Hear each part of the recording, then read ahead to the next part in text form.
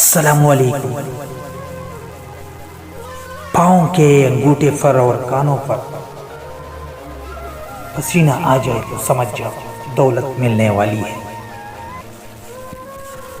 اگر تم غلط نہیں کہہ سکتے تو تم غلامی کے اعلیٰ درجے پر فائز ہو، اور اگر تم غلط کو غلط نہیں سمجھ سکتے تو تم جہالت کے اعلیٰ ترین درجے پر ہو۔ جب خدا کسی بدبخت کو دکھ دینا چاہتا ہے تو بدقسمت ناشکری کا راستہ اختیار کر لیتا ہے۔ نفس کا شیطان کسی وقت مکروہ فریب سے کجروی اختیار کرتا ہے تو اس کے سر پر بجلی کی طرح تازیانہ آ کر لگتا ہے۔ سالت کا نفس اطاعت سے روگردانی کرے تو اس کو ریاضت سے سزا دے کر قابو میں لے آتا ہے۔ اگر تو دل سے حق تعالی شانہوں کی طرف جھک جائے تو ستاروں کی عبادت سے چھوٹ جائے۔ جب یہ نہر بہت تیزی سے چلتی ہے تو عارفوں کے دل میں غم نہیں ٹھہرتا ہے۔ جب وہ نہر انتہائی بری ہوئی تیز ہو تو اس میں پانی کے علاوہ کچھ نہیں ٹھہرتا۔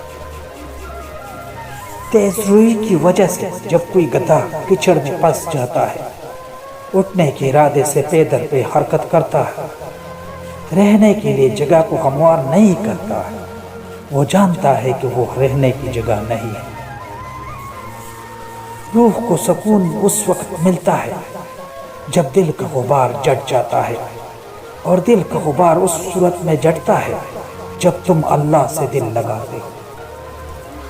نا امید ہرگز مت ہو، کیونکہ خدا امید کو سب سے زیادہ مایوسی کے لمحے میں بیچتا ہے۔ یہ مت بھولو کہ زیادہ بارش زیادہ سیاہ بادلوں میں ہی ہوتی ہے۔ شہوت والا نفس روح کا نور نہیں رکھتا۔ شہوت والا نفس اللہ سے بہرا اور اندھا ہے۔ اپنی زندگی اس کے حوالے کر دو جس کا پہلے ہی تمہاری سانسوں اور لمحوں پر اختیار ہے۔ اس دنیا کا لالچ تیرے لیے پردہ بن گیا اور یقین کو تجھ سے پوشیدہ کر دیا گیا ہے۔ لالچ حق کو باطل کر کے دکھاتا ہے۔ لوگوں کی طرح تو لالچ سے بیزار ہو جا تاکہ اس درگاہ تک پہنچ سکے۔ جتنی باتیں اب تک ہم نے کی ہیں خدا کی عنایتوں کے بغیر خدا اور اس کے مخصوص بندوں کی عنایتوں کے بغیر اگر کوئی فرشتہ بھی ہے تو اس کا نامہ اعمال سیاہ ہے۔ انسان کو اس وقت کی قدر کرنی چاہیے جس میں اسے اختیار حاصل ہے، اور وہی اس کے نغمے کا سرمایہ ہے۔ جب قدرت باقی نہ رہے گی تو نیکی کرنا کچھ معنی نہیں رکھتا۔